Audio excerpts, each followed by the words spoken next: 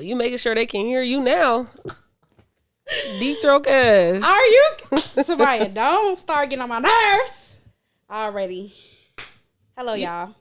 You okay? Say hello to the people. Hey, how y'all doing? You sound like that TikTok. Hey, how y'all doing? What's going on? If you're tuning in on YouTube. Wait, no. What? Your name is T. Hey, my name's T. My name is Lizzie. And this is Club Culture. Period. Thank you if you're tuning in on YouTube. Make sure you subscribe, like, and hit that bell. Bing. And if you're tuning in on your favorite platform, thank you for tuning in. Now, Period. episode 9. Period. I'm tired. Of what? It's been a lot of episodes. It's literally has not. Somebody, that episode's a lot. We doing a lot. It's a lot. This is far. I'm saying we gotten this far. Yeah. Episode 10. You didn't think we was gonna make it to 9? I did, but it's just a lot. Yeah. Recording one episode every week is. It is. This is not for the week. Right. This is a job. For you. For sure. For sure it is. Would love to take some responsibilities off. Oh, my. Co-host. Woo! All right. Right into the episode, eh? Yes. Big beefs. Okay, Soraya, don't start this. I'm not even gonna beef with you, G. All right. Listen, I said school just started. Shout out to all the college students. Yeah, school started. I have not done an assignment yet. Y'all already got work? Y'all ain't just Absolutely. got the, what is it, the syllabus? No. This is master's, so. Oh, my bad, big dog. It's out the gate. Chapters 1 through 3 in the first week. And you ain't reading not one lick of a page. Somebody, I'm tired. No, I didn't read that stuff. And I'm probably not going to read it. I'm probably going to skim it. I'm probably going to throw in a few big words in the discussion post. Make it sound good. Boom. Post it. I saw somebody on TikTok. They like to go through all the discussion posts that people already posted and they summarize it and make that be their discussion post. So. See, I mean, that's easy. I mean, it's easy to do, but like, you got to be careful because these professors think get smart now. They be making you do like the turn it in and like the, what's it call it? Like the proofread thing where it's like it scan how many words you got the same as somebody else. They do that for the discussion posts? Yeah. Oh, no, y'all got different teachers. Yeah, they go through all They that. do their job. Papers, discussion posts, little itty bitty assignments, 5-point assignments. They do not play with the plagiarism. They for real. Oh, shit. They for real. I'm glad I graduated when I did. So I really be trying to, even with the quotes, if you don't quote it right, they be trying to, if you don't cite it, they be like, ooh, you're getting in trouble. Maybe that's just the master teachers. Maybe the undergrads, they just want you to get up out of there. I still don't know how to cite no quote. So I be trying to juke it a little bit. And if they take off 5 points, they just take off 5 points. Oh, okay. So you don't never get 100%. No, I don't. You won't never get a perfect score. I don't never get 100%, but I always get an A in the class though. So don't even do that. You get them struggling 91%. No, don't even do that. Don't even do that. This last class, I got a 95. So Oh, okay. That's pretty good, right? All right. I got a 95. That's funny. Period. Dumbass. Don't do me. I rarely get 100% on the assignment, but I'm gonna pass. I understand. That's cool. Don't You know, you be skating on a B though if you just keep getting the 90%. Go to hell. All right, my bad. Go ahead. Respectful. Do you? But yeah, shout out to all the college students. Yeah. Hope y'all do y'all shit. And I hope that all the kids that went back to school, I hope they have a safe school year. I know that sounds crazy. For sure. You be like, oh, have a safe school year, but shit still be popping off. I hope No, that shit hit different now when you say that. I hope everybody, college students, elementary kids, daycare, everybody. I hope everybody. Oh, fuck the high schoolers and middle schoolers. They got it. Oh, I didn't say high school and middle school. No, but they be carrying straps, so they should be okay. Middle schoolers are mean. So, but no, I hope they have a safe school year too. Though. Yeah. I hope everybody have a safe school year. For real, the mass school shootings, all that gotta stop. So, for sure. I hope everybody go to school and come home every day. This summer, did it go fast? How your summer go? My summer was good. Yeah? I think this is probably one of the best summers I've had in a long time. Really? I had a great summer. What you do this summer? Nothing. So you just relaxed? I did absolutely nothing. I went out with friends. I traveled. I worked. I feel like summer is different when you're not in in school. You don't have responsibilities as much as you do when you become an adult. No, I mean like in school you was waiting on summer break. Like, oh my God, summer break coming up. It's coming up. Yeah. We're gonna have so much fun. You ain't gotta worry about nothing, no schoolwork, nothing. But as an adult, it's like you really don't get a summer break because you really be working all the time for real. Mm-hmm. So like, what is a summer break? I mean, like, yeah, I get to hang out with my friends probably a little later. We go down to the clubs or whatever. We probably have a little bit more time to stay outside. It's hot.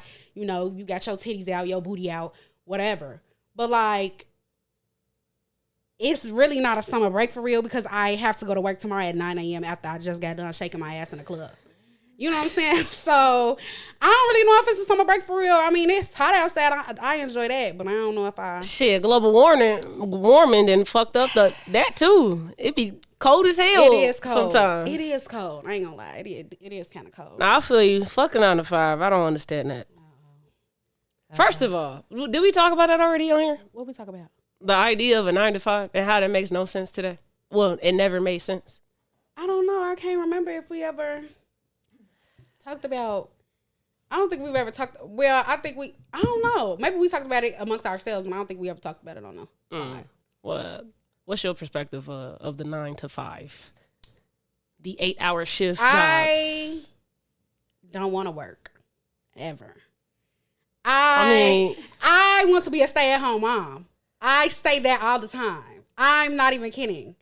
And no, I don't want to be a freaking entrepreneur. I don't have no aspirations to do that. So stop pushing that shit on everybody. That's a good take. I don't want to do that. So stop. Like, I just want to be at home and take care of my motherfucking kids and my family be a big happy family. Uh-huh. Now, if my man want to be an entrepreneur, fine. If he want to go to work every day for the white man, fine. He can do that. Whatever he want to do, fine. If he don't want to work either, we'll just be homeless. I don't know. But I don't want to work. And I've said that for a very long time. Like, when I was growing up, I was like, oh, I want to be a doctor. But when I got to college and I was like, okay, what do I really want my life to look like? Take me back to when women stayed their ass at home. Because I'm going to do it. And I'm going to make sure my man got a lunch. Uh-huh. I'm going to make sure the laundry done. Uh-huh. I'm going to make sure dinner on the table. Okay. I want to be an old school wife. Oh, and so you're going to also take the cheating, the infidelities, the multiple families next door? No, I didn't say that. No, you got to take everything that happened back then. No. I just want to be a stay-at-home mom.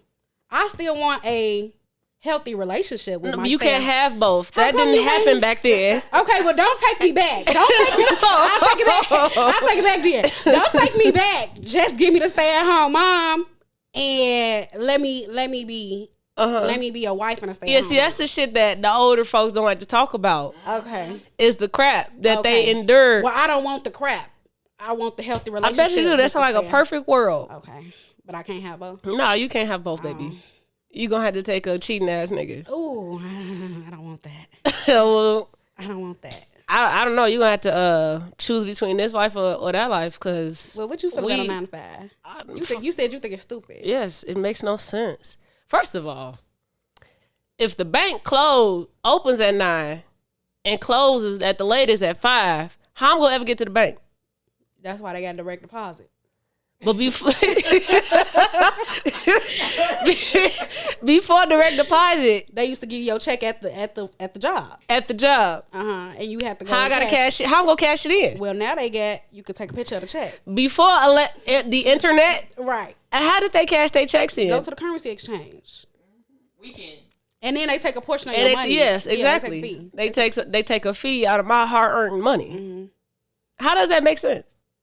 And then what if I gotta go to the doctor? I don't know if they had PTO time back then. Probably not. How were they able to? Probably wasn't a whole lot like how it is now. No, how did they go to the doctor? Yeah. So I gotta try to find a free Saturday appointment. Them niggas had terrible health. Well, I mean, now that's why they got FMLA, and you could take a sick day, and you could take this day, and you see mental health day. My brother, he worked for a tech company. I don't never know the name of it. I don't want to say it wrong, but they got mental health days. Yeah, we got 2 of them. We get 2 every year. Mental health days. Yeah. And then 1 week they just be off just because. Yeah, but think about it. You get 2 mental health days for the entire year. My mental health is 24/7. So just because you gave me 2 don't mean shit. Right. I'm still mentally fucked for, 364 days? 3 days out of the year? Right. Well, It don't matter. All you can add to the shit. It's the thought, though. Like, a lot of jobs don't have mental health, nothing. They don't. They don't even have, oh, you're feeling sick today, go home. They don't even allow you to do that. Yeah, and so some of them said, hey, we're going to give you 2. I mean, that's more than what the people Them over there, they don't give you any. Right. Come work for us. I mean, I don't know. Yeah, whatever you want to add to it still ain't going to make up for... So how many mental health days you want? 10? No, 20? I want to not work 5 days out the week. You're working more days than you're actually existing throughout the week. So, okay, say you did a nurse's schedule. Nurses don't work. They 3 days and they do 12-hour shifts. You would do that? Yes. Oh, okay, then find you a job that do that. I'm sure they got it. I have to be a nurse or I have to work in a factory. Not necessarily. Most of the time, factory jobs... Well, maybe you do have to work in healthcare because a lot of healthcare jobs have that schedule. And you not working in no factory. You know what? I hate that people use that as the say all be all. Get a different job then. Find a job that works for you. So what do you want to do? You want your job you want your job to work on 10-hour, 12-hour shifts? No. You want it to be an option? I personally think that 4 days out the week is a feasible, more of a work-life balance than 5 days out the week. You're working more than half of the week. So do you think that job should present it as an option for you to pick? Do you want to work 9 to 5 or do you want to work 9 to 9? Like, do you think they should offer that, or do you think it should just? Because the issue would be that they would have to staff the organization or the corporation, whatever, all of those hours. So then they would have to have more employees to be available that second half of the day so that you could work those 12 hours and be off those other extra 2 days or whatever. So I already did the math for this. So now that we on it, I'm going to just say it. Okay. The pandemic this is the first time in history where you have more employers than employees. Mm-hmm. That means that there's people not going to work. Right. And there's jobs available. Mm-hmm. And so all you got to do is just go get a job, right? Mm-hmm. And so a lot of people aren't doing it because of this life-work balance, the low pay, mm-hmm. and the severity of these jobs, while also not having the pay to make it make sense for me to work this job. And so if we were to do 4 days out the week instead of 5, that would mean you should probably hire more people so that they could take up this workload that you say just needs to be done for productivity. That means that you're hiring more people so more people have a job, and you're giving these people less time to do the job so that they have more of a life-work balance. Mm-hmm. So it's a win-win in my eyes for both. Mm-hmm. You're getting people jobs, and that's also a tax write-off. Mm. And then the people, your employees, have more balance to ensure that the productivity is there. They're actually going to work if they have left time to do the work, and they're probably going to enjoy it more because they have more of their life to spend. Yeah, it's just that companies have to find the money to pay people. Well, you don't hire more people, you have to have the money to pay them. You don't want to go bankrupt. Well, it's kind of, if you pay people a livable, well, for one, they're already not paying people a livable full wage. Right. So they have to first account for that before they even want to change the amount of time people spend working. But let's just say hypothetically in a better world, people were already being paid a livable wage, and now we want to talk about 4-day weeks instead of 5-day work days. If you hire more people and you have those people work less, that will only mean that 8 hour will just split up between the more employees instead of having that one person work themselves to death by working 8 hours. So what you think is a livable wage? Because right now, the minimum wage is like 12, 11. Oh, I was going to say 8. I thought Illinois was like 8. Just for Illinois, yeah. But like if you just gave like an average out of all states, I'll just say like 10. It's probably the livable wage or minimum wage. I'm sorry. I don't know what a livable wage is because I think if it's anything less than $20 an hour, it's not livable. Okay, so what's livable? Is it like, oh, I'm not living paycheck to paycheck, or is it like, oh, I can go on a trip too? Like, what is livable? I feel like livable, you should be comfortable. Like, you should be able to have your little family, afford your essentials, and if you want to vacay, you can vacay. not no big grand vacay. Maybe you got to save up for the big grand vacay. But like,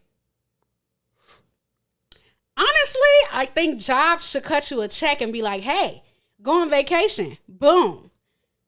Literally, because you're at your job all day. But that's another conversation. If we going based off of what has always been the 9 to 5, 5 days a week, yeah, I'm with you. But if they cut it down, I feel like that makes up for it. You giving us more time. Like a livable wage for maybe the average American shouldn't be any less than $20. I want you on $20. I'm not against that. Yeah. I think that it could fluctuate if you have kids. And depending on like, but that also is not the employer's fault that you decided to procreate. Oh well, yeah, but if we going what's it called, the American Dream, where people have children, the family, your family, your one daughter and your one son. The average Americans are supposed to have 2 kids, type shit. Yeah. Then like, okay, eventually I'm gonna have a family, so like, I'm not gonna live off of $10, me and my kids. Mm-hmm. So you're gonna have to pay me enough to survive with me and my family. So I would, the least. I mean, $20 is still very low to have a family. I'm not gonna lie, but like, maybe the average American by themselves and with one child or something like that. Yeah, probably like $20 an hour. See all of this bullshit. You know, I always say this almost every episode. What? It ain't nothing but social constructs. Okay, Tamaya. Okay. And if this shit did not exist, everything would be great. Okay. Got it. But you can't see a world without these social constructs, so it doesn't click to your thick head. I mean, sure. I could definitely. Show that again. Nigga, I can't see. Jada is here with us today, y'all. Yes. Jada is here. Turn off your notifications because I can't hear you. On the phone? On your phone. Wow, Lizzie, are you serious? Are you serious? Jada, you kind of told me a little late. It's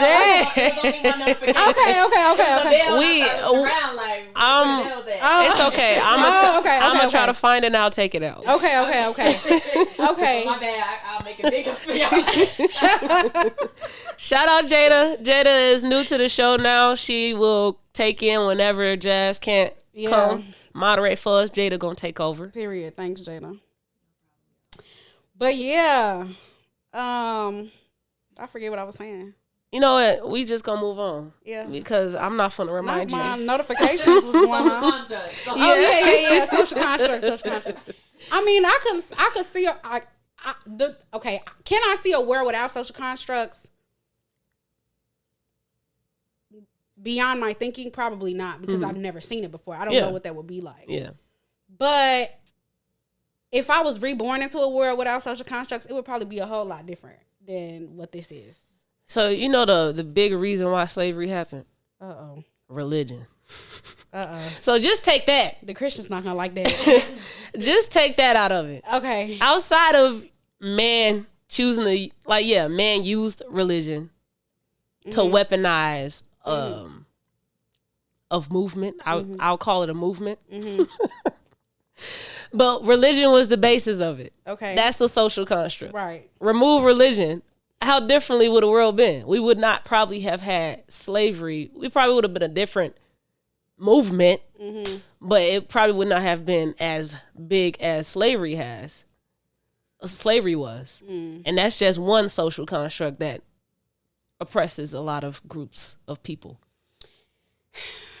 Religion and homosexuality. You wouldn't have that beef. Oh yeah. It's just a lot. Yeah. That social constructs religions within religions. Let's talk about that. Because that is definitely a hot topic this week. Yeah, people be the religious folks was beefing on social media. Really? Yes. Well, on my timeline, they were definitely beefing. So like the Beyonce album. Oh, Church Girl. Yes. Yeah. Some was saying let her be. Other was like she done sold her soul. I saw that one pastor. He said she done sold her soul. Yeah, and then like one of the Clark sisters. I guess Beyonce had sampled the Clark sisters in Church Girl. And so she was, one of them was like, nah, this ain't it. And then the other one's like, girl, she could do that. Right. And so that, I feel like that is what started it, is that conversation from Church Girl. And then, Well, we do have a lot of social constructs, but what can we do, somebody? I mean, they're already here.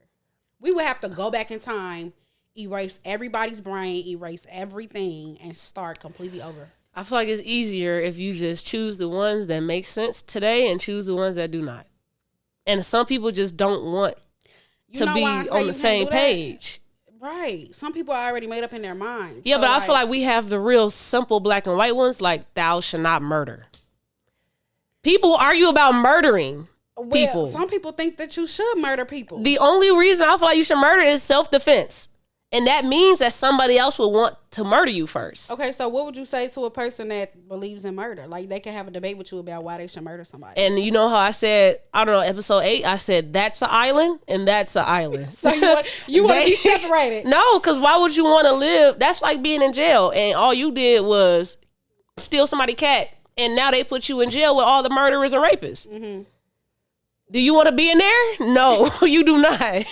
So everybody that believes in murdering people, raping people, they can live together over there in that island. Right. And everybody else that don't want to can live over here. And I promise you, we're going to have hella fun. And they probably going to have hella fun too, but they ain't going to be a big population. They going to be... Somebody anyway, because how are you going to separate these people like this? We already do it today with prisons. What you mean? We separate the killers, the criminals from the non-criminals already with prisons. So how is that different from just having 2 different islands? I mean, you're going to make the islands are going to be man-made? I'm just saying hypothetically because you're saying how can we do this social construct-free world? I'm saying in order to do that, somebody would have to create the islands. We have presidents, right? We believe in the president. We vote for that motherfucker. Both islands can have their own presidents. Okay. Can have their own governments. So you're going to split the United States in half? What you going to do? Yeah, it don't. You talking about just one country? This is the entire world. I'm pretty sure people in Afghanistan would love to not be with the rapists and criminals that run that fucking country. Mm-hmm. They would love to come over here to this island. So you would split Afghanistan into 2? I would split the entire globe into 2. Oh, okay. The people that want to keep the problematic shit, they can stay together. The ones that want to be with Putin, they would be with Hitler. They can all be over there. Right. And everybody that want to be with Gandhi and Martin Luther King, they come over here. You see how better that sounds? So you're going to have, you split it in half. So you're going to have 2 Afghanistans, one bad Afghanistan, one good Afghanistan? Basically, Lizzie, yeah. Okay. I'm just trying to understand how... I feel like you would have to go back in time and, like, start clean. Okay, you good people over here, you bad people over here. You would have to start over. But the damage is already done, is what I'm saying. The damage is done, but we don't have... I feel like we keep trying to repair the damage instead of just abolish it and start new.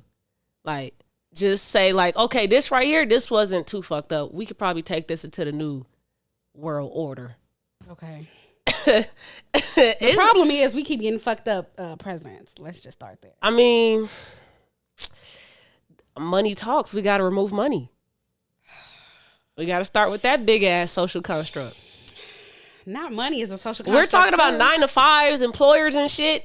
We wouldn't need that crap if we didn't have money. Clothes are a social construct then. Yes, they are. So I could just walk outside with my titties out. Yes. You should be able. I should. Listen. Jada, you should. Okay, what were cavemen wearing before somebody? They wore nothing. Nothing. We came into this motherfucker with nothing. They put leaves on they. If they didn't want their testicles showing, sure, they... Testicles? I don't think they called them that. What they call them? Scrotum. Back then, they probably called it something crazy. They probably use noises. The word scrotum is so nasty. Like woo-ha? They probably came up with woo-ha. You're right. I don't know. What would the world be like without social constructs? I think it'll be lost. I think it'll be a lost but better world. Well, I think it'll be better than this world. I'm not saying it'll be the best world, but I feel like it'll still be better than this world. I feel like if we as humans didn't have social constructs, I feel like we would live it like animals, like carefree, like roaming the world however we want to, our own spaces, like just animals. We was talking about this last episode. But you were saying that you think animals have their own social construct. No, I said I don't know if they do, but if they did, I wouldn't put it past them because we can only study them to what we think we can study them. Right. Like they could be in their heads listen to us say the lion is the king of the jungle, and that motherfucker really the bitch. Like, Come on.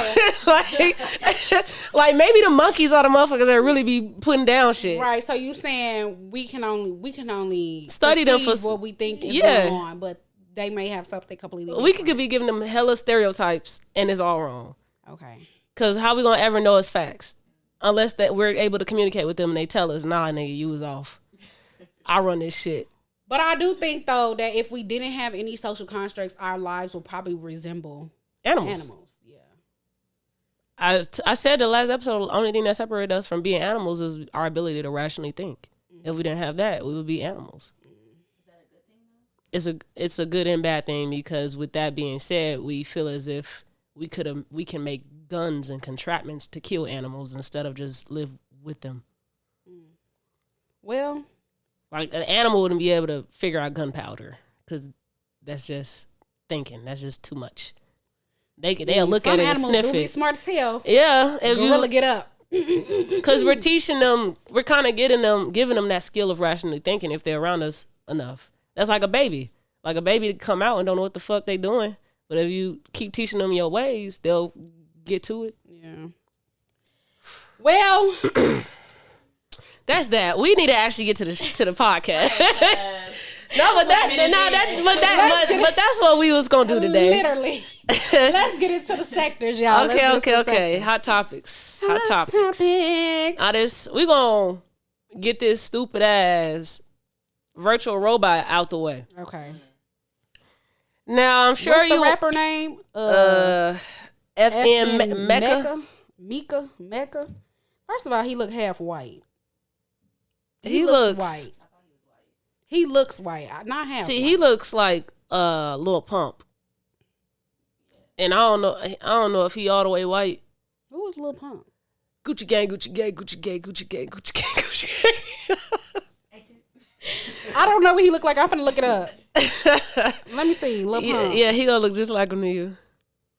But yeah, Capitol Records signed an artificially intelligent. He do look like Lil Pump. You're right. All right, let me go back to it. So all right. I would advise every listener, if you're just listening, to go look up what Little Pumps look like. That's what FN Mekka looks like. He do look like Lil Pump. And so that just goes to show that this person that they created, this robot rapper, is a caricature. Mm-hmm. So, more of the story, Capitol Records, the music label, signed an artificial intelligent robot as their first AI artist. And the name is FN Mekka. It is a hip hop rapper. What is FN? Fuck nigga? You might be onto something. They didn't specify that, but social media took this and went off because I guess one of its songs, they say the N-word. This rapper says the N-word, and this rapper appears to be ambiguous instead of blatantly just being black. So we don't know if you can say this, but it also looks like a Little Pump. And so are you making a mockery of hip hop? This is why this is the reason this is concerning to me. You took a robot, something that doesn't have an identity, and gave it something that looks a complete hot mess. I mean, this looks terrible. Is this what they think rappers are supposed to look like? Is this because you hear a lot of times rappers and singers will say, oh, I can't release the music I really want to release because my label won't let me. We talked about this a little bit, how rappers rap about certain stuff or whatever, and they'll try to switch up their career. Like K. Michelle, she's a singer, she's an R&B singer, but she want to do country. We said that before, right? Mm-hmm. So like JT just said on Carisha Please, she can rap about a bunch of other shit. Yeah, but her label won't let her. So like, is this the character, the person that they want pushed out to the media that bad? You want it that bad? Yeah. That you gonna make a fake ass robot? And the stuff that it raps about is what that's so sick to me. Pushed already. And that's just even more to the point of like what J. Cole was saying in 1985, like the shit that you listen to, like the shit that motherfuckers is portraying is not, this shit is not real. Mm-hmm. It's really fucking made up, and they pushing it out there like that because they want to like infiltrate your mind with a bunch of bullshit. Mm-hmm. And if you're not careful, like what you take in, what you listen to, you'll look up and you'll be looking like a fucking fool. He looked like a fool. Is you giving it a gender? Is it not a male? I don't know. Mekka? You know how they say the gay agenda? He, she, they, them look like a fool. They probably gonna say it's a gay, it's a stud. I don't know. It's just sad because like rap is like it's a cultural thing for us. Yeah. So to take a robot and make it look like it's a joke. This is a joke. So all the backlash happened within the first day of its announcement, and Capitol Records took it down. Yeah, they reneged on the contract, I suppose. And so, as they should. They shouldn't have did But why did you do it in the first place when you like? Because this is not the first time white people done ever white peopled.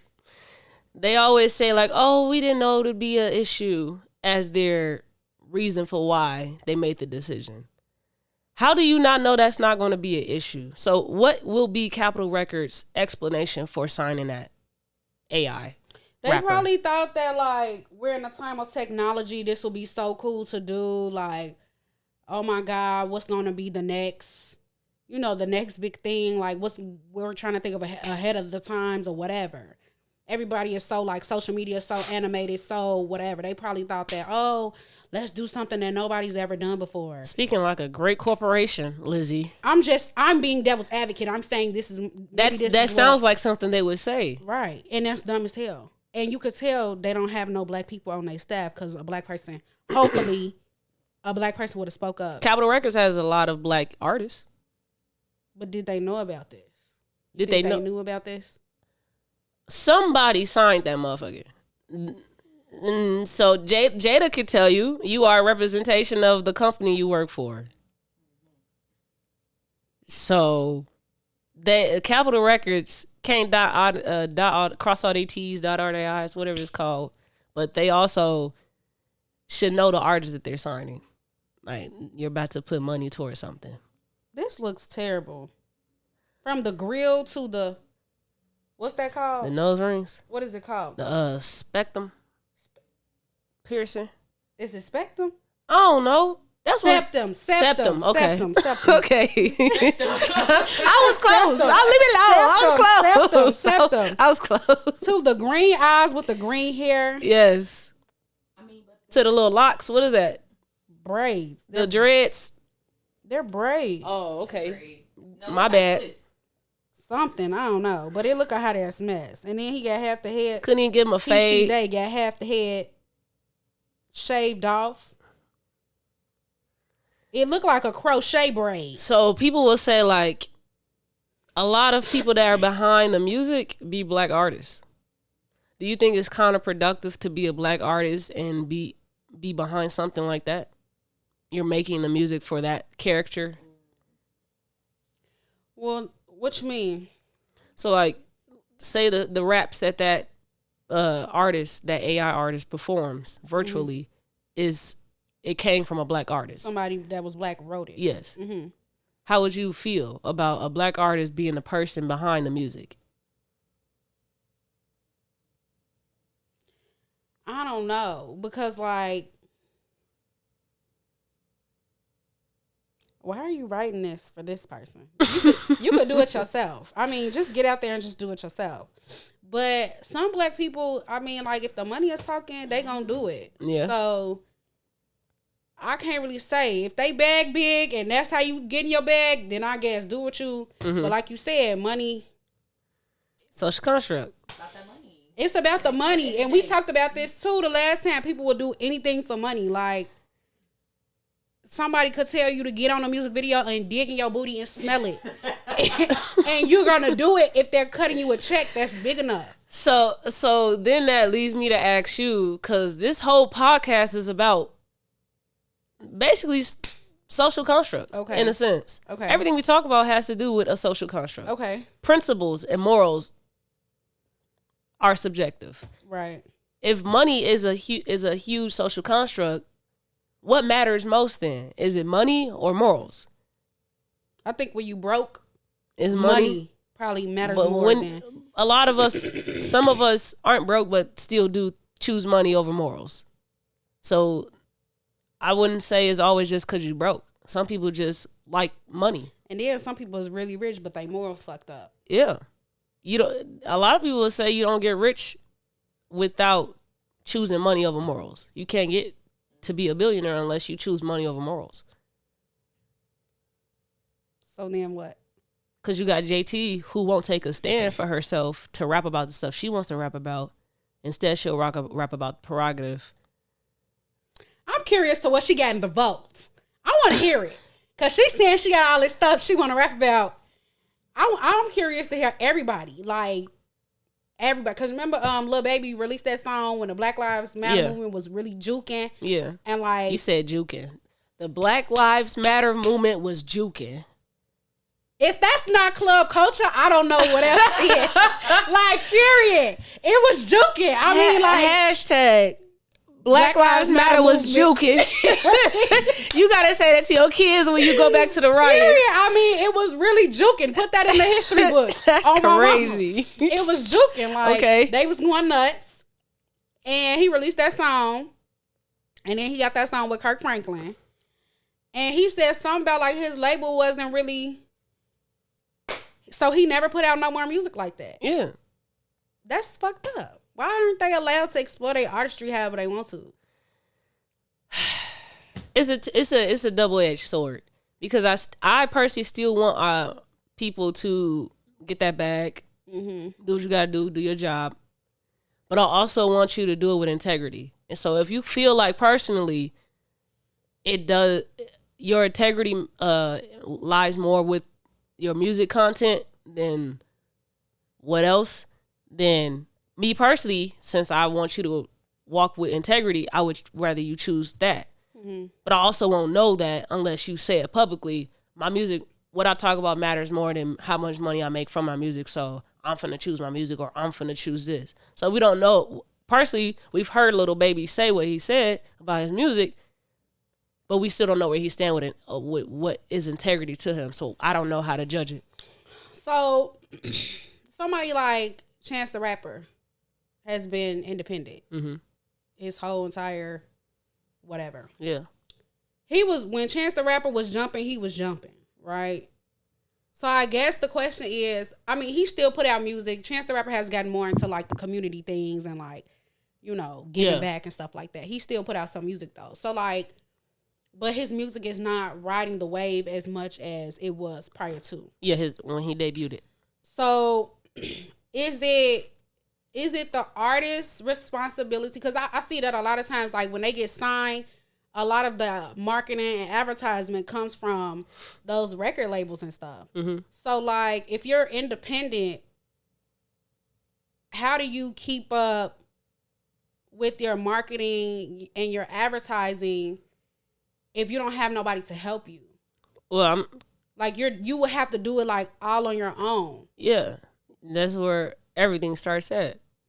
Right, but when you become like a bigger artist, I think that's probably why they be like, all right, just fuck it, like I'ma just. Well, cause I mean, to keep the money flowing in, you gotta do what's popping. You gotta do or you gonna fall off. Well, a music label is a bank. That's all that is for artists. Mm-hmm. They're a bank and they're also LinkedIn. Mm-hmm. So they'll get you to the job. LinkedIn, right? That's basically what it is for artists. Mm-hmm. They'll get you to the placements on billboards. They'll get you on the radio, and they also will fund your artistry. Right. But I feel like when you get to a point where you no longer need that because you've established yourself, get away from it. That's why I don't have sympathy for bigger artists, because you still choose to basically, in my opinion, be a slave. Right. So you saying get your money and go. Get out of there and keep making your money after you get out. Mm-hmm. But what about the contract deals? Like, well, see, that's people's fault for not hiring a lawyer, because some contract deals be long as fuck. What you supposed to do? Hey, say you start off in 2010, you juking. Mm-hmm. your music is busting. We bopping at the parties. You know what I'm saying? 2000 and what I say? 2010. Okay. 2010. 2015. 5 years didn't pass. Yeah. You still in that same record label. They talking about, nah, you can't make this music, so you hold on to it. But then 2015 come around, that same music ain't juking no more. Uh-huh. So now you didn't flop because now you trying to hold on to the sound that you want to make. Mm-hmm. And your label won't let you do that. So you like, all right, fuck it then. I ain't gonna make no music then. I'm gonna just wait till my but you gotta make music because they want you to make a certain amount of records. Yeah. You got to make a certain amount of money. You got to complete the contract before you can get out. Mm-hmm. But by that time, you probably done found a whole new sound because you trying to bullshit them so that you can release the vote when you finish with the contract. But the music that's in the vote ain't even popping right now. Mm-hmm. So then what you supposed to do? That's up to the artist. We are not artists. And so all we could do I is think it's just fucked up. Because then how you could get out the deal. You can make your money while you in the deal, get out the deal. And then your music could still flop because it's no longer relevant. Yeah. Or that's not what the people trying to hear because that's not what record labels are pushing.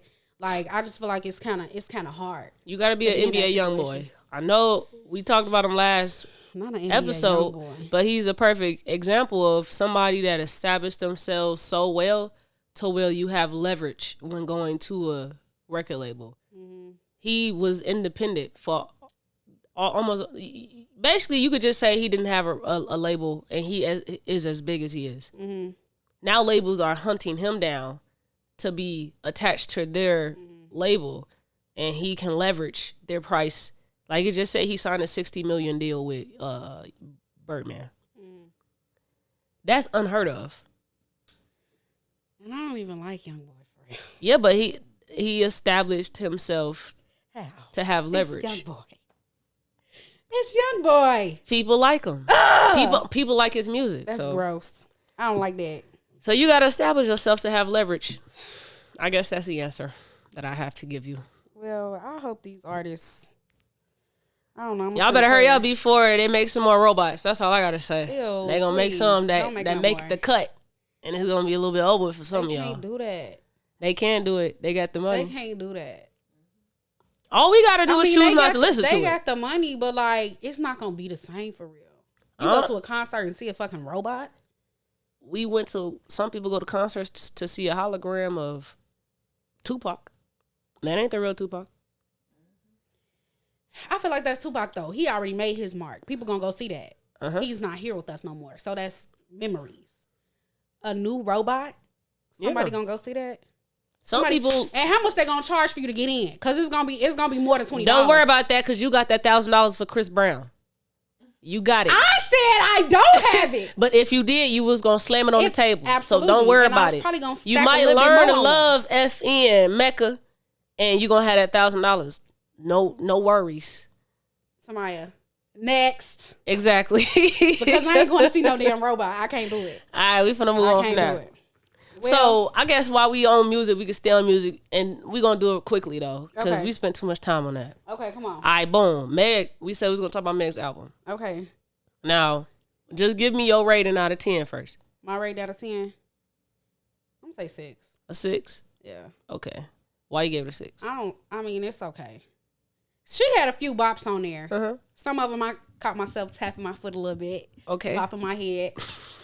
Okay. But I mean, it was okay. I really want Meg to get past this. I mean, you can't rush nobody healing. Mm-hmm. You can't tell nobody how to heal. I'm just tired. You want her to get over her mama dying? No, not at all. Okay, so next to the Megan album, yeah, I put Meg and Mess. Because Megan, the Stallion, and Mess are starting to go coincide. Okay. The record label deal that she left, they still beefing. Well, they say that she ain't done with Houston. it. No, not from Houston. They said she not from Houston too. She's from Houston, bro. I don't know. I fact checked it. She grew up. She was born in San Antonio. Okay. And she went to high school. You know how they say what Amaretta say? Not Atlanta. It's not Atlanta. It's not Atlanta. She went to some school called Pearland or something like that. It's not in Houston. Okay. It's not in Houston. Okay. I mean, at high school, by that time, you're half of your life. She graduated from there in 2013, then she went on to college. Okay. So, listen. First of all, that's a whole nother convo that I would like to talk about, and I just don't know if we have the time for it. Okay, but I said all that to say, Megan Thee Stallion, her album, I just want her to get over the mess. The diss with Tory Lanez, can we get over that? The album beef with the record label deal, can we move on? I get it. You're traumazine. People have done you wrong. Let's move the fuck on. Like, how long are you gonna go? Oh my god! How long are you gonna float with this narrative? Like, what narrative is she floating with? It's all present day. Fuck y'all did me wrong. Okay, we get it. They did you wrong. Have you not seen the headlines? What headlines?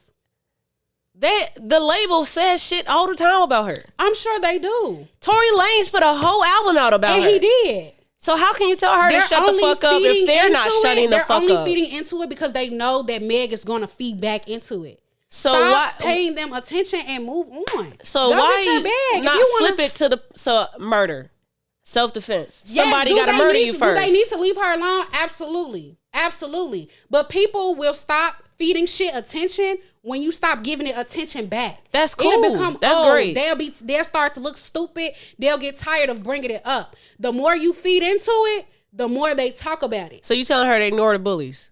Absolutely. Why feed into bullshit? Why be a bully? Why be a bully? That be my issue thing with... is, I can't control what you do. I can only control what I do. If I don't feed it attention, eventually you'll shut the fuck up. If you want to be a bully, that's your decision. If you want to say whatever the fuck you want to say, that's your decision. But me, I'm gonna continue to get in my bag. I'm gonna do me, and I'm gonna move the fuck on. If that's what helps you sleep at night, then cool, more power to you. But at the end of the day, you're not stopping my bag, so I'm finna proceed and do what the fuck I gotta do and move the fuck on. Irv Gotti said all that shit about Ashanti. She ain't addressed that shit not one time. She moved on. She in her bag, doing whatever the fuck she want to do. She got on her dress. She went to Fat Joe party and stunted on these bitches. And that's just that. You don't always have to address the motherfucker. And yes, motherfuckers is going to be bullies. It's always going to be bad people in this world. You cannot control them. Control yourself. And that's just the bottom line. That's a great message. You cannot control them. Just control yourself. I'm going to take a side that's indifferent from yours. Go ahead. Meg Thee Stallion does not say shit about in the music. We're talking about music because you're talking about Traumazine. Okay. This is the first time she actually makes music about it. Mm-hmm. So I'm saying her music and on social media. Like social she media always cool. We know that happened. Yeah. But music alone. Okay. Buddy made a whole project. Who? Before Tory Lanez made a whole project before she never said shit about the shit. Mm-hmm. Musically. Mm-hmm. Musically, no. So this project that she gave us is just her talking about the mental health aspect of that. What the fuck she was going through. I'm just saying, fine. You went through it. Okay, cool. We've been talking about Tory Lanez for too fucking long. You know why? We've been talking about Kaylee. What's her friend name? Kate, whatever. No, we don't even talk about her. We're talking about Tory Lanez because the case is going on but that's still. what I'm saying. Okay, your case going on, fine. But like, wrap this up. Wrap up the case, nigga. Go talk to the damn person. I'm saying, fine, your case taking forever, but I'm just saying, like it's been all, and I feel like at this point, it's publicity. Like, so y'all all in the, we hear the report on Tory Lanez and Megan Thee Stallion in the fucking courtroom every 2 fucking weeks on the Shade Room, like all the time. Today, Tory Lanez did not show up. This incident happened 2 years ago. Okay, y'all figure that shit out in court. Fine. You wanna talk about it in your music? Okay, fine. Lizzie. But don't make another album about this. I think because don't make another song about this. What you're saying is valid. Okay. But you also have to not ignore that Meg Thee Stallion is one of the biggest artists of today. Okay. Somebody shot her. Okay. Allegedly. Okay. That is big news. Okay. And another person the person that supposedly shot her was also a big artist. Okay. Ish. Okay. That's big news. Okay. Whether it don't get solved until 5 years later, it's still gonna pop up sometime. Okay. R. Kelly, that keeps popping up. You you don't come on this motherfucker every day and say, I'm tired of seeing shit about R. Kelly. I am tired of seeing shit about R. Kelly. Okay. I'm ready for them to give him his sentence. Yeah, but guess what? We have something on here about R. Kelly because another shit done popped up. Okay. It's gonna happen. Okay. This is not me and you talking about somebody shot us. I'm not saying that I don't feel bad about her incident that happened. I'm saying that's fine. She's got to do her healing. Cool. I'm saying that the case, the music, the best friend, I feel like NDA, the song NDA was directly towards the whole situation with her best friend talking, Tori talk, all that stuff. So, like, she keeps talking about how she got, in all of her fucking music, about how somebody did her wrong, how she got bad friends, how she got negative people around her. Okay, Meg, choose better people. Choose better friends. I'm like, okay, we get it. You know what I'm saying? Do you think that you can talk about how you keep having bad friends in your life one time in 3 minutes of a song? Or do you feel like that could be like a whole book about all the different friends you done had? Is that your narrative, or are you going to... What if she constantly keeps experiencing this because of fame? What if every person she comes across is a dickhead? Then that's fine, but eventually I'm going to get tired of hearing your music. And when you get tired, you can mute it. But absolutely. Some people still fuck with it. Absolutely. Meg is cool or whatever. I like some of her music. I don't like some of it. But do I think she's a okay artist? Okay, yeah, she's cool. Do I want to get tired of her music this soon? No. Mm-hmm. I'm rooting for her. She's a girl. She's in hip hop. I'm rooting for her for sure. I just don't want this to become her image of like, everybody be fucking me over. I'm so mad at y'all. You know, I don't want this to become something that she keeps reiterating. Like, okay, great. Maybe not a whole album about it. Maybe a couple of songs. Cool. But like, we're dragging this out. I feel like you probably would have a different opinion if music was how it was in the past, where you didn't constantly keep getting music from the artist as much as we do. Because you're oversaturating yourself too soon. Maybe so. Well, okay, you said a 6. Yeah, 6. I'm gonna give it a 7. Okay. All right, we're gonna move on from that project. You gonna give it a 7? No, because we getting low on time. I want us to get to our shit. Okay, go ahead. All right, so if you haven't, Tank dropped an album recently. We both checked it out. It's cool, and I would just recommend some people to go check it out. It's cool. What you think of it? I'm not a Tank fan. I'm not either. Yeah, so it was hard. But I'm an R&B fan, so I checked it out. It was hard to listen to. He got 2 songs on there that I do really like, though. Slow? I think it's a song. Let me actually go to it, because that one was a really good song. So he got a song on there called, damn, what buddy at? Oh, yeah. Okay, so it's called Slow Feet, Jay Valentine. And then he got another one. I like the one with Vito, Morning. And I think those 2 are really good ones. And then like a lot of the other ones, they all just, they're all right. They're okay. Tank's like screaming moan on the song, I just can't get with. How it sound? Do it real quick. I can't do it. I don't know how to do it. So when you be hearing it in your ear, like, what it sound like? It sounds like he's having sex, but he's trying to sing to you. Yeah. While having sex. And it makes me extremely uncomfortable. Just sing the damn song. Don't do all that. You know what I'm saying? It just don't. I kind of get what you're saying. It just makes me cringe a little bit. I'm not a Tank fan. Okay. Yeah. I think Tank is overrated. I've been watching a lot of Tank interviews, and they keep saying like you goated, you good, you great, and I think like I feel like they probably all are talking about the stuff he's written instead of his actual music. I think his actual music is mid. I don't know everything he's written for others. Sorry, excuse me, but I think he's overrated. I mean, he got some hits. Some hits is cool or whatever, but I don't know. I'm not a Tank fan. I think Tank's music is corny. Yeah. He makes corny R&B. Well. But yeah, I still would say check it out. R&B, you think R&B dead? That's what Diddy said. Diddy said R&B dead. Diddy said R&B dead. You think R&B dead? I don't think R&B dead. No. I think we got some some good R&B female artists. Yeah. I don't really know of any good R&B male artists at the moment. I think we're lacking on the good R&B male artists. I think if we had more, then R&B probably wouldn't be as dead to certain people too. Yeah, you trying to say my lips chap? No. No, I think you're trying to say my lips chap. I'm not trying to say that. I'm just wondering if you want some. Don't show that label though. We not trying to get him no money. Yeah, y'all gonna pay. Y'all gonna have to pay us. Y'all gonna have to pay us on phone them grave. All right. I don't think R&B dead. I definitely do think we need more great R&B male R&B artists for sure. The ones that we do have, they can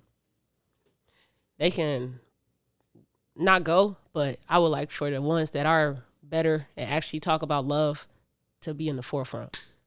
Do you think it's a stigma right now for men to not want to do R&B because you have to portray like this hard character right now? I think that because we have singing as rappers, that there's less room for male R&B artists to shine, I suppose.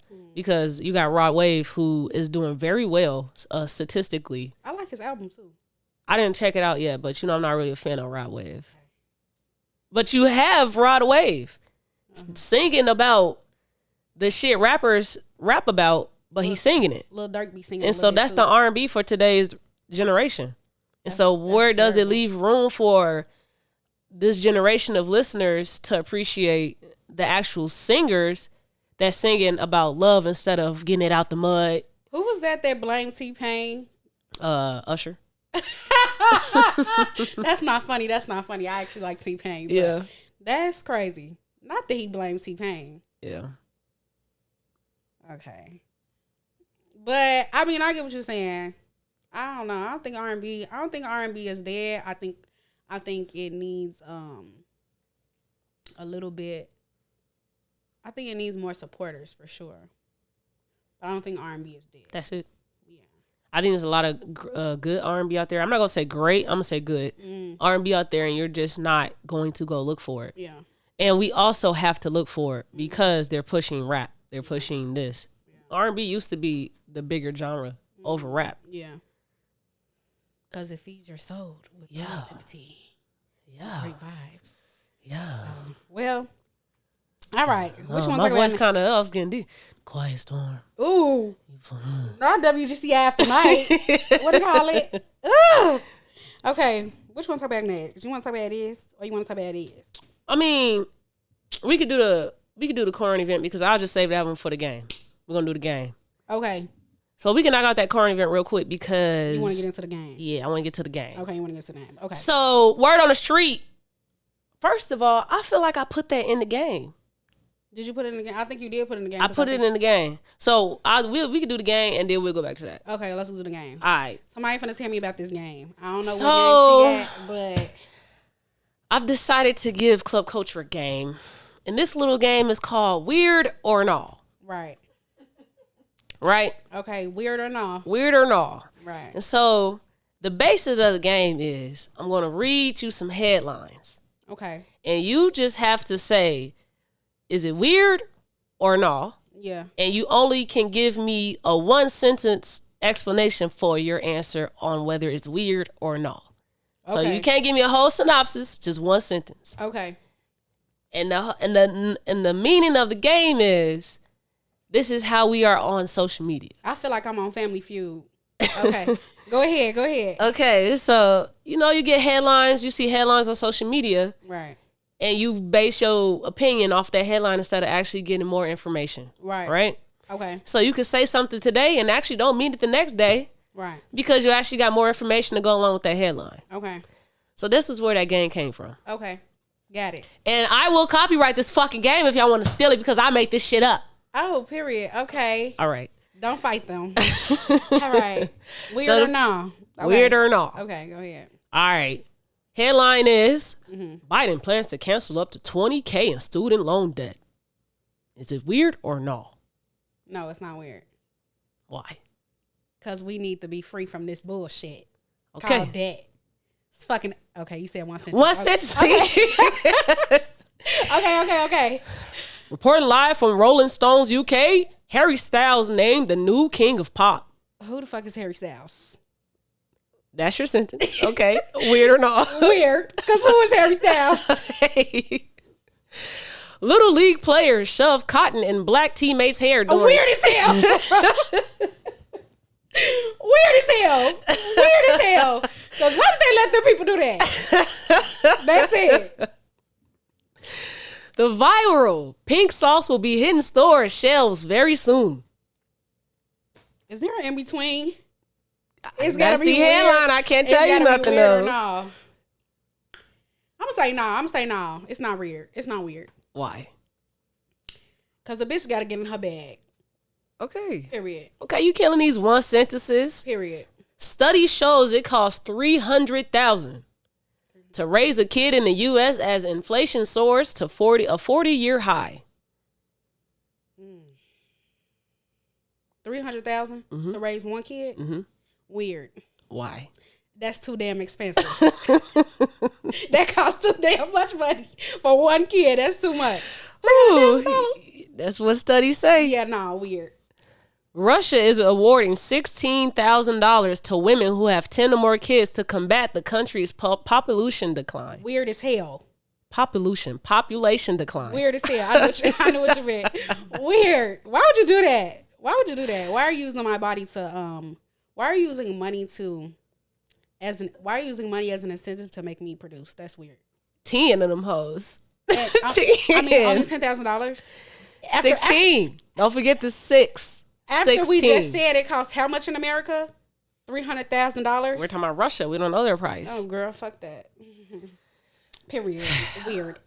2-year-old bites a 20-inch snake after the snake bit her on the lip. What? 2-year-old bites a 20-inch snake. Why are you biting snakes? Why the snake bite her?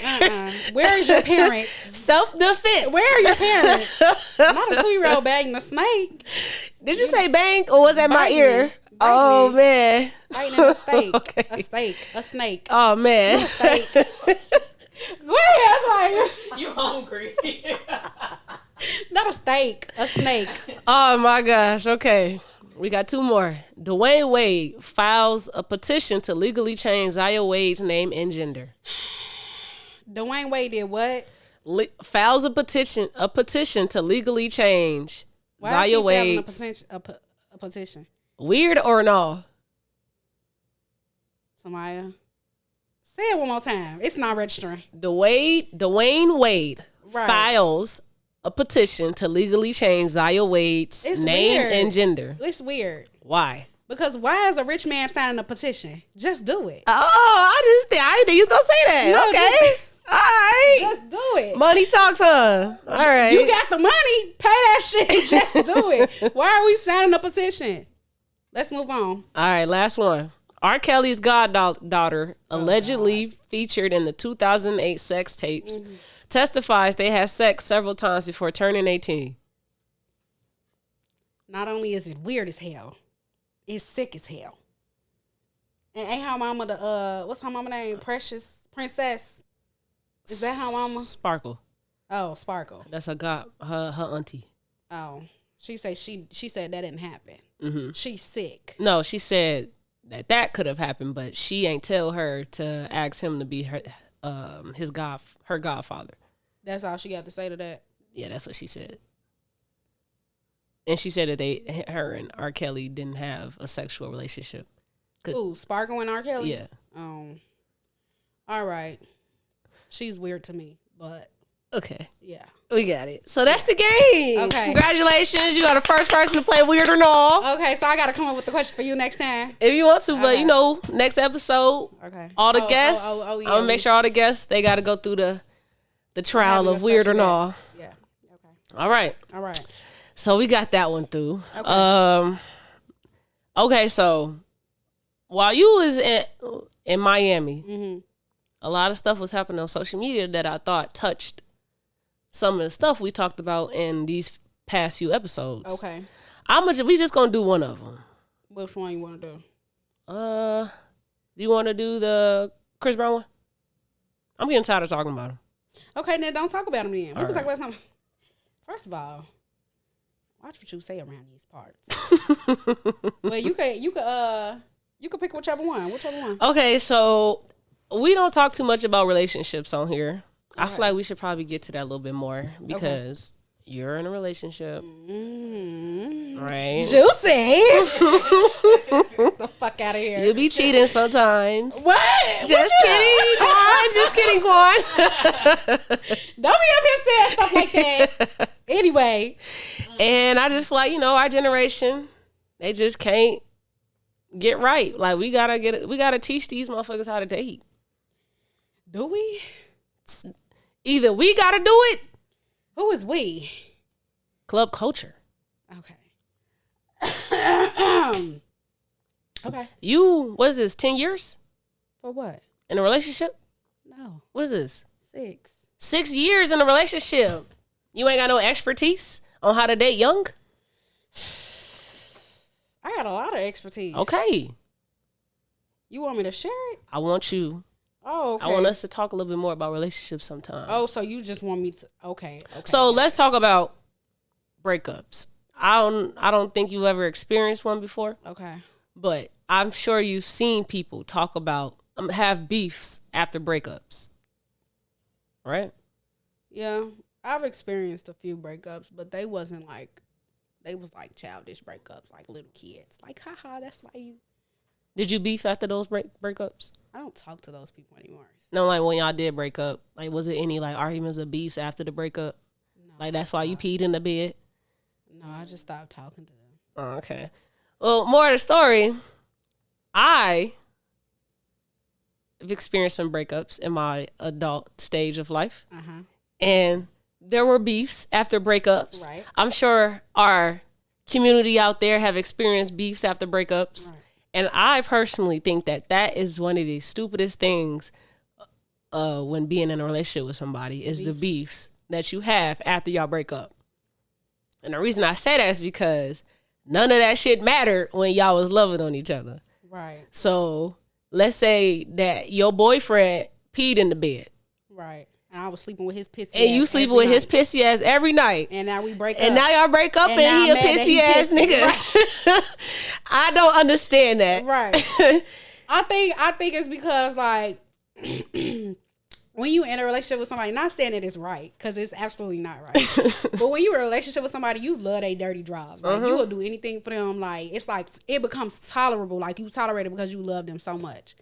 But when you break up with them motherfucker, fuck you and your shitty ass draws. And I should have told everybody beforehand. But now I'm gonna tell them for real because now you pushing the button. How'd it make you look though? You don't think you look stupid as hell? You probably do look stupid as hell. You look dumb as hell. And you look nasty because why you sleeping with a nigga that got shitty draws?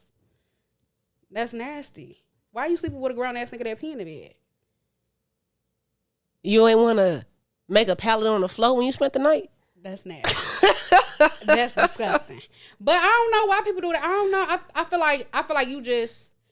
I'm gonna speak from a little bit of experience. Like I'm 6 years in to a relationship, but I've known Quan like all my life, pretty much in 6th grade. So we've had ups and downs, of course, but we've never like broken up. And first of all, he don't have shitty draws. Let's just get that out the way. So I'm never going to social media and that's why your draw's shitty. Congratulations, Quan. Never doing that. But like, I feel like when you do break up with somebody that you've been with for a really long time, that you love like really, really hard, you be trying to find that one thing that you could say that could hurt them like real bad. Because you so hurt that you don't know how to express that. You don't know how to get that rage out without hurting them back. So it's like, how can I hurt them back? Oh, I'm finna tell everybody how you pee on yourself. You were 30 years old. You pee on yourself at night.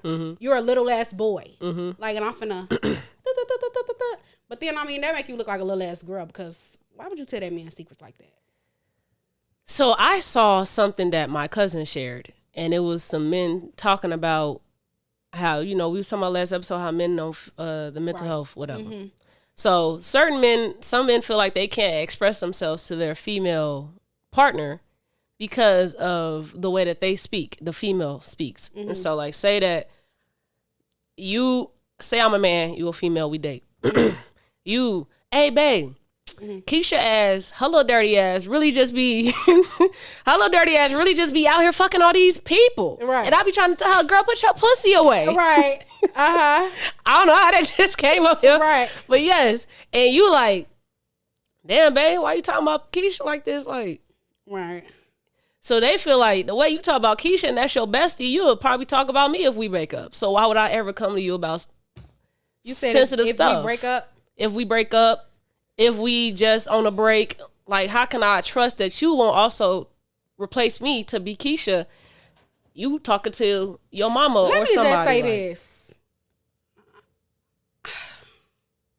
I feel like I don't know how to put this, but I feel like your significant other is almost like a safe space. Mm-hmm. Or should be a safe space. Yeah. So like, if I'm kikiing about some shit that happened with my friends, sometimes my boyfriend will kiki about it, sometimes he won't. Sometimes he be like, you wrong as hell. Yeah. Sometimes he be like, kiki, yeah, kiki right with my ass, right? But like, I think the difference with niggas is that niggas just don't, like, stuff happen between men all the time. Mm-hmm. And they don't never come in kiki because they just not, I feel like they just not like, or maybe they are like that and they want to kiki, but they don't, I don't know. I don't know. Like, that's why we gotta, you're offended because I kiki about my friends? Yeah. And you don't want to come and talk to me because you're scared you're going to be a kiki? I get it. But I also think that is just a excuse to not do it. To not just let me be a safe space. But I get the reason, but I also feel like it can be an excuse for some. Right. Sometimes so, like, it's an excuse and not like a legitimate reason. Like you really don't think that you can trust the information I give you. I think men need therapy. That's just the bottom line. I think men need therapy. And they be scared to do it. And a lot of men walk around with this, I don't trust nobody ass mentality. I don't need to confide in nobody. I don't need to, and they're sick. Something is wrong with them. Like, they really need help. I think men need therapy. And I also think it comes from that stereotype of, like, when you were saying how men tell other men, like, suck it up. Like, you a grown-ass man. You don't need to sit macho. there. Yeah, you don't need to sit there and cry about it. You don't need to sit there and be sad, da-da-da-da. But, like, I feel like there are some men out there that are very vulnerable people. Yeah. And they will say what's on their mind. They will speak. You know, they will cry. They will, you know what I'm saying, share vulnerable moments with you. I don't know how you can break down that wall and get to every man like that, though. Mm-hmm. Like, I don't know what it takes.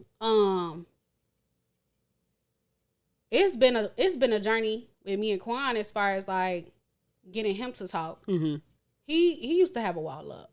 I hope he don't mind me sharing. But, it takes patience. It takes patience. It takes time. Do I still kiki about? I kiki however I want to kiki about my friends. I'll say Tamai got 2 left toes, Quan. A kiki. If he don't find it funny, he don't find it funny. If he found it funny, he found it funny.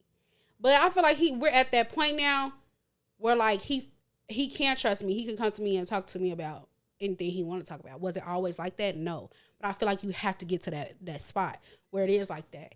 And, like, you can't get to that spot if you steady switching up girls.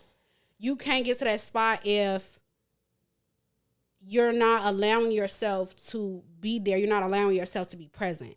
If your girl talking to you about something and you, yeah, bro, we on the game.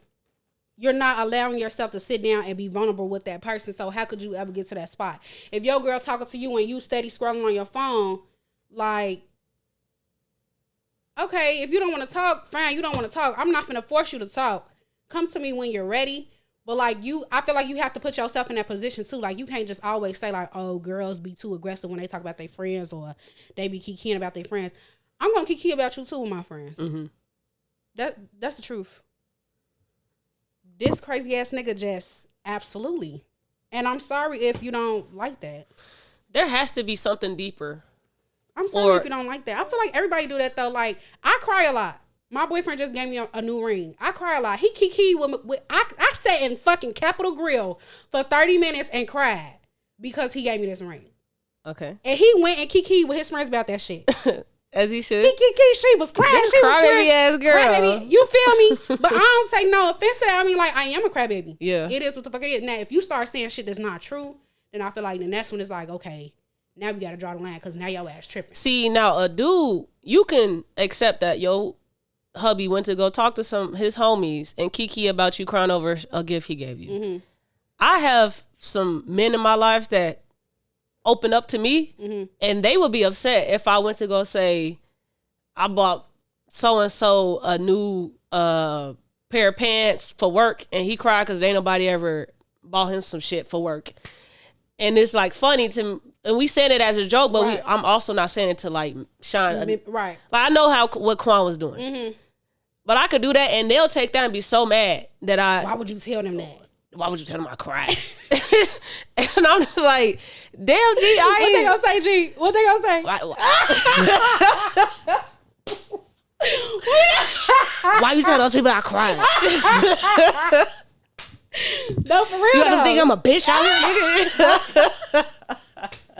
No, for real though. But I think that has more to do with a male psyche and why you feel like everything is an ego competition rather than like why we can't just be real people. Yeah. Like emotion, I feel like is not tied into a femininity woman or a male. Right. It's a it's to be human. Right. It's to be human. So like if you shed a tear, you shed a fucking tear. Like, you don't have to be all macho about it. You don't have to, I'm sweating on the ass. Nigga, you crying. And just call it that. Hey, I just got it. Right. Nigga, you crying and just call it that. Like, just, if you need a moment, you just need a moment. Yeah. It's okay. Yeah. So, I feel like part of it, we can't, like, it's partially it is the male's fault. I could see what they saying though about like how a woman. If I kiki with my friend, if I kiki with you about a friend, why you feel like I'm gonna kiki with you about anything that got to do with me because I might turn into the joke. Right. I get it. I get it too. I mean that could be for anybody though. I could kiki with you about Shawnee, and I also could feel like, damn, I'm probably gonna be Shawnee one day then. Right. I could kiki like I wouldn't say nothing bad about Shawnee, but I could kiki with you about Shawnee. Okay, then you don't want to say nothing. Like I feel like it could happen amongst friends, it can happen in relationships, it can happen with it can happen with my mama, my daddy. I'm talking to you because you're a safe space. Right. So if Lizzie come to me and say some shit and I personally want to vent about it, I'm going to go to a safe space that I feel like will not do something with that information. Right. I'm not coming here to gossip with you. I'm coming here to vent. And let's be clear. Gossip and serious venting are two different things. You don't bring nobody dirty draws and say, Keek, look at this. They just got their home rated. Like, that shit not funny. You know what I'm saying? But, like, when you bring, like, serious information, then that's different. I feel like you have to set the tone, too. Like, look, babe, this not a joke. Like, I'm dead ass serious. Yeah. You know what I'm saying? Like, and when you get to a certain point in your relationship, you won't even have to say, like. Because they're going to know from the tone. They going to know. They going to know from your demeanor. Like, what's going on? Like, you acting funny. Like, do we need to talk type shit? Yeah. So, like, you instantly gonna know. So, I feel like that's why I was, like, saying it just takes time. Like, you just got to give a person time, honestly. I hate the one-and-doners. The ones that be like some, men ain't shit, women ain't shit. Last shorty I was with, she did me like a dog. Tamaya. I sound like Kevin Gates. You're sick. She did me like a dog. Dick all in your stomach. Dick all in your stomach. Pull your hair, smack your ass, bitch. You better not do no running. What he say? Hey, Kevin Gates out of here, but nah. But like they really use that one person as every other person they ever come across. Like, nah, I can't do that, shorty. I know you trying to tell me to open up with you, but last bitch I did that with.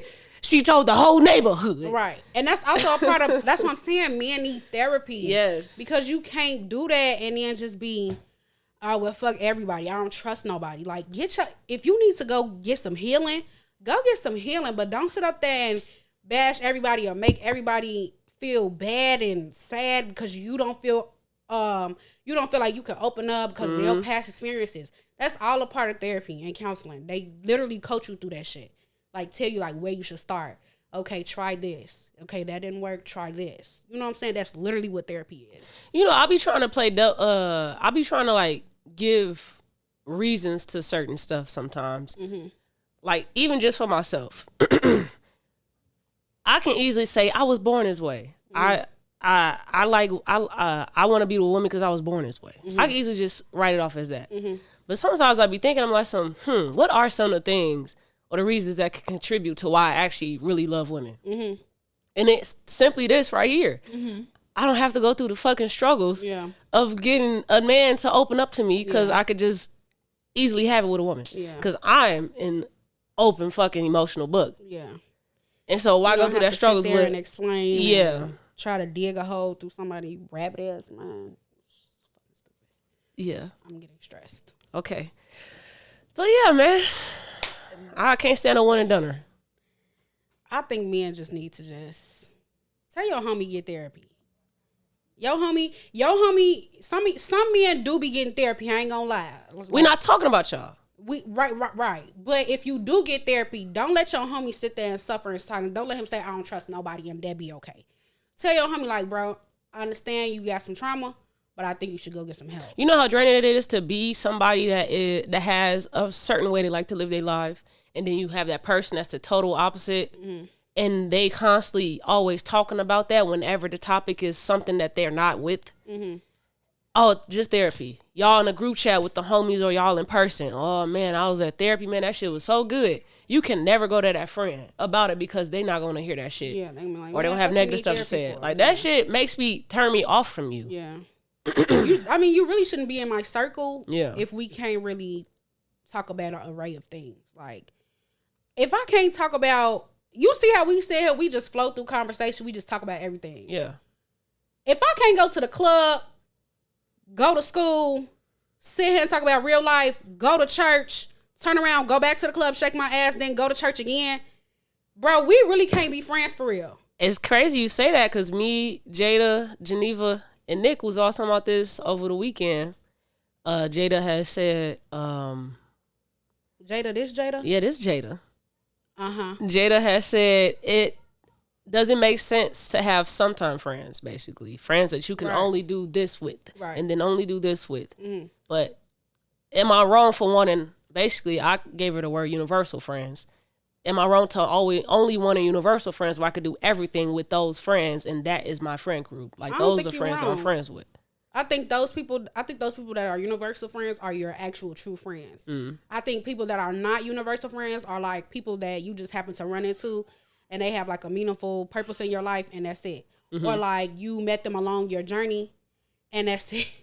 And that's it. But like, or they're just acquaintances. But I feel like your universal friends, people that you can call up and do anything with, go anywhere with, and it's always a good time no matter what you're doing, no matter what you're talking about. Yeah. I feel like those are like your true friends that you're like meant to be friends with from now until eternity. You know what I'm saying? Like, okay, so that time thing is what made me agree with you. Mm-hmm. I feel like those universal friends you could be friends with for a very long time. Though sometimes friends with are just a temporary friend. Yeah.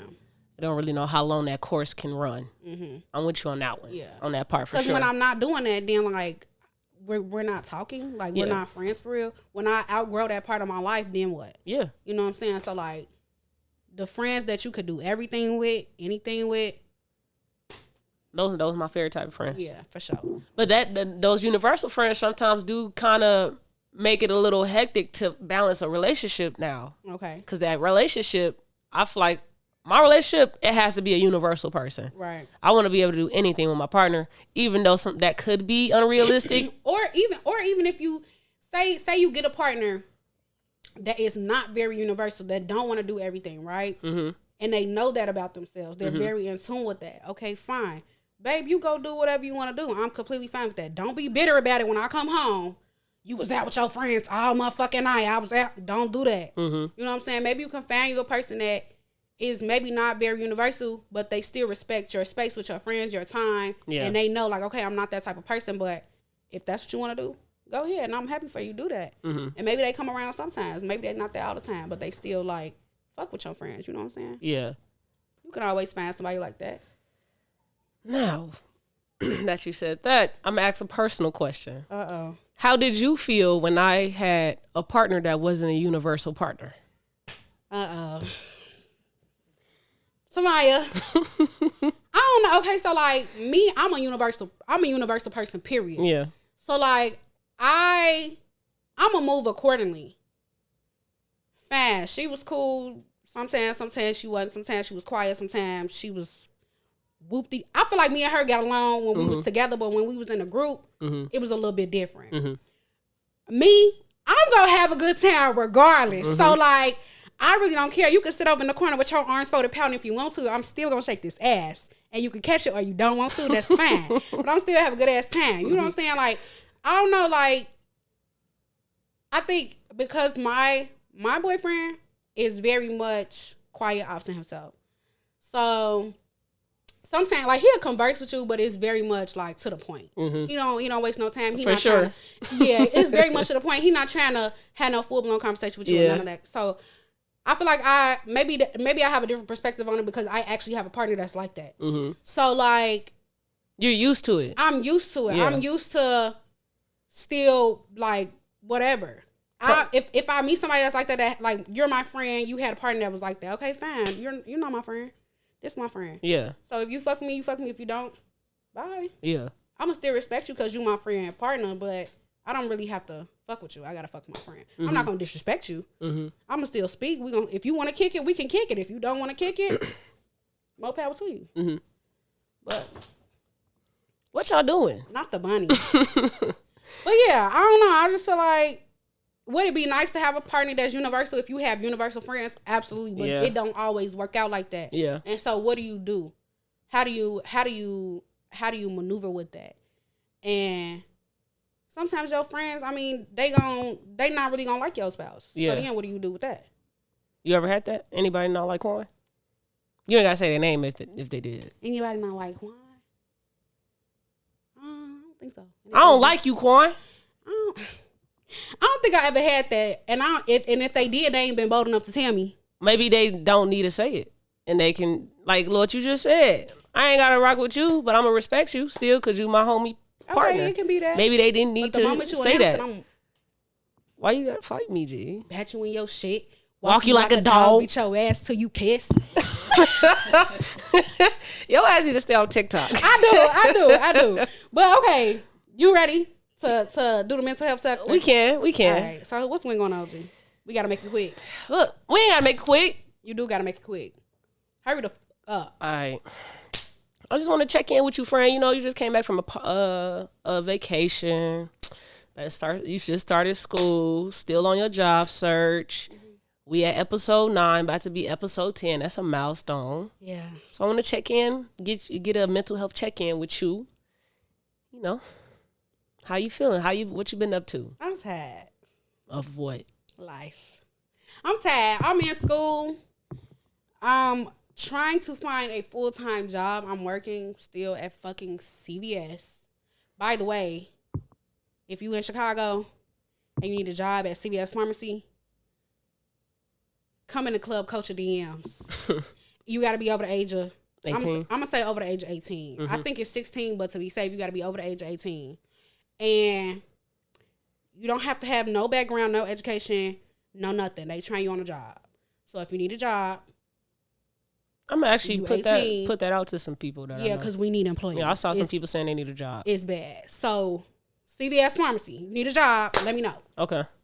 But I'm tired of working for CVS. That don't mean your experience is gonna be bad at CVS. I'm just ready to move on. And I'm looking for a new job, and like I feel like I've been on a job hunt for a very long time, and I ain't gonna lie, it's been real hard watching everybody around me get jobs, and I'm like, where is my job? Yeah. Where is my job? Yeah. And it be real hard because, like, I'm always happy for my friends. I'm always like, oh, congratulations, like, period. Like, do your shit. You know what I'm saying? Like, go out. When the fuck my go off moment gonna be? I'm tired of this bitch. You know what I'm saying? I've been applying to stuff since January. Yeah. And, like, it's just, stuff just ain't been hitting for real, or, like, people don't want to pay. And I'm not applying for no job that don't want to pay. I'm not accepting no job that don't want to pay because I didn't go to school to not get paid. Yeah. Like, I went to school to get a degree so that I could have a good job and get paid. Yeah. I'm not doing no $15 an hour. Yeah. You could kiss your mama ass, and that's just that. I'm not doing it. So I'm having a time with that, and just trying to, I'm still like, I just moved. I ain't gonna say why I moved because this is gonna be public. I just moved, so not that anybody's trying to look for me, but you know what I'm saying. I just moved, so like it's just hard still trying to get acquainted with the move, balance school, balance social life, balance work. Everywhere I go, I'm driving 30 minutes. Yeah. If not more. So it's just like every day I'm getting gas. and gas is too damn expensive. So on top of all these expenses and not working full time, it's just fucking beat my ass, G. I'm just tired. Like, I'm really just tired. I'm really tired. So, like, when you was texting me, you was like, you gonna come to my thing? You gonna come to my thing? I was like, gee, I don't even know if I have the mental capacity to go to my thing. Are you glad you went? I'm glad I went. I had a good time. And my cousins was in town, too. So, I'm definitely glad I went. I had a great time. Shout out to Maya and Kaya. Period. Happy birthday to them. But, like, it just be like that. Like, I just don't be having the mental energy, and I be needing that. So thank you for making me get my ass dressed and going the fuck out, because you be needing that sometimes. You don't be want to go for real because you be sad, you be in your little funk. Yeah. But you do be needing a friend that be like, bitch, put that shit on, let's go. Like, you know what I'm saying? And it make you feel better. So like, thank you for that. Cause I needed that. But yeah, it's just, life is just a little rocky right now. I ain't gonna lie. I feel you. It's a little rocky, and I'm just tired. I found myself sleeping a lot. I text my cousin. I'm like, gee, I don't know what's going on, but I'm sleeping a lot. My room is a fucking mess. So I be trying to, like, clean my shit up a little bit just to make myself feel a little better. Yeah. I got my TV connected in my room now, so I be listening to music and stuff, trying to, you know, tune in some positive energy and shit like that. So I'm on the up and up. I applied to like 10 jobs today. Okay. So I'm still trying, you know what I'm saying? I'm still putting the effort. It's just hard. You know what I'm saying? It's frustrating when you trying real hard to see the outcome results, but you not seeing the results yet. Yeah. You don't know why you doing it. The light at the end of the tunnel. Yeah. You don't know why you doing it. You just know you putting in the effort. And you ready to see like the flourishment, but you don't know what's going on. But I feel you, bro. How you doing though? It's funny that you said the thing about the whole waiting for your time, your new job, because that's how I felt when I got my job. When I was getting all that good news. Like, I feel like I wanted to just keep it to myself because I knew the climate. I knew what was going on around me. So I didn't want to share my good news because I also wanted to get the reception that I feel like should come with that good news. Right. And so I would rather just hold it until I feel like the community can accept. I'm serious. No, but you should always celebrate yourself though. Like I celebrate myself, and like y'all talking about my obsession with myself, but I'm proud of myself. Literally. And I keep so much as in. You should be. Because I got the new job and I started July 26th. And I knew about it a month in advance that I was going to start July 26th because of a bunch of hoopla. And so from that to probably, I don't know, the first week of August, nobody knew I worked the job except for my partner.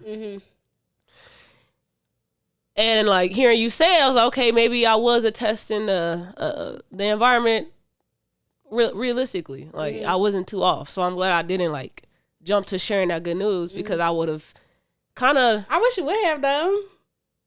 For what? I'm still gonna celebrate my friends. You're regardless. cool. Yeah. But I can't say that about every single person I have in my circle, my life. Right.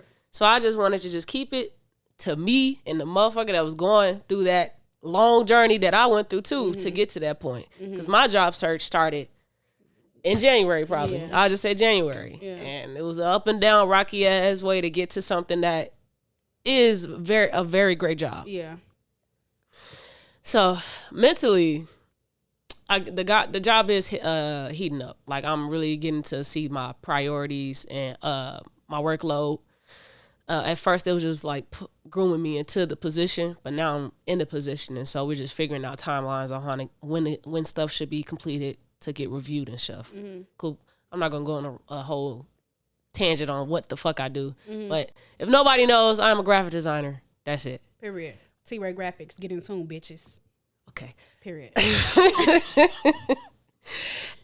T-Ray Graphics. At T-Ray Graphics. Right. Period. And that is, I would say any art, any job that's in the art world is a competitive job. I think any job is competitive, but I personally feel like that one is one of those ones that's very competitive because who wouldn't be an artist? Right. Like, that's just something unheard of to make a sustainable career out of that. Right. Okay, cool. Outside of the job, because that is now one of the least of my worries. That has been like a haven for me, kind of. and I'm kind of like getting my finances back to where I like it to be. Like, I think that something that I feel a little empty or have a void with is my social life. Like, I have a great partner. I'm getting back to, my goal has been to get like back in tune with my friendships. I think I'm doing okay so far. I can only do so much, but now that I have a 9-to-5. And everybody else also have their own lives. Right. So like I'm trying to fit my way in how I can be more proactive with my friendships. Family ships, that's up in the air, you know. Meg the Stallion did tweet, I'm only giving energy to things that bring me happiness and shit that make me money. And I feel her 100% because throughout my whole job search, even throughout my job search, when I moved out my mama crib, and I say moved out in a right. Blink twice. Yeah, I got a friend. When I moved into my own space, right. Everything. Well, even in college, since college, everything has been solely just me. Yeah. Everything is on my own. Yeah. And I ain't got no handouts, no help, no nothing. Do all that on my own. And so like now that I'm in this good space, I'm very secretive and private with who can share this space with me. As you should be. So mentally, I think I'm in a good spot, but I know that there are things that are in the back of my head that if that was better, that would be like a plus. I would be like on a cloud 9. Yeah. Yeah. As you should, though. You should be protective about your stuff. You should be, because not everybody deserves to share, you know, your successes. Not everybody deserves to share. So be around your energy and stuff like that, because not all the time do everybody have good energy to bring to that. So, and some of them don't even want you to have good energy. Absolutely. And you don't even know it. Absolutely. So you should definitely be protective about that, for sure. So I don't think that's a bad idea. I don't think that's a bad idea. You should probably continue to be very protective of your space. So. But you know, you've been one of them ones. The fucking gas hand off me. You've been one of them ones. One of them ones like Chris and all right, we're done. Drop it. We're done with Chris Brown. Okay. Drop it. All right, I've been one of them ones though. Period. You been one of them ones. You feel me? I would like to think I'm a good friend. You are a great friend. I would like to think so. Now, I don't mean to toot my own horn, but now this podcast, you could be and goodbye, everybody. No, before we close out. I don't know who's listening or whoever's listening. If you know somebody that is a size 9.5 in men shoes, size 9.5 in men, or an 11 in women, because that's a 9.5 in men, I'm giving away a lot of shoes that were rarely worn or they never been worn. And if you don't know me, I'm a shoe person. I like shoes. I have some nice shoes to give away. Say the size again. 9.5 in men, 11 in women. If you don't know what you wear in women. So yeah, just hit me up, hit the Club Culture DMs, and say like, hey, yeah, I got a cousin, whatever, and I'll ship it to you. We can meet up. I'll give you these shoes for free. I'm not selling them. Oh, you're not selling them? No. And this is specifically for kids, for people that's going to school. What's the size of men again? 9.5. Look. What's the size? This is not for people that that got the money to buy shoes. This is for people that need it. Okay. You couldn't buy shoes, or you just can't get it right now. Okay. I got you. You're not selling them. You're giving them away. Give them away. Oh, okay. That's nice, friend. I like that. Yeah, man. I like that. You got too many shoes anyway, so. It's time for a rebrand. Period. When you got money, you could do that. All right. I didn't say that. Don't ask for no money when you get these shoes. I didn't say that. But thank you if you was tuning in, man. Shoes with $1,000. You trying to go see Chris Brown? Well, yeah, man, that was the episode. Thank you for tuning in. Period. And the Jimmy is protect your energy. All right. That's the gym. Protect your energy. We out. Period. Bye. Ow. Just watch the damn podcast.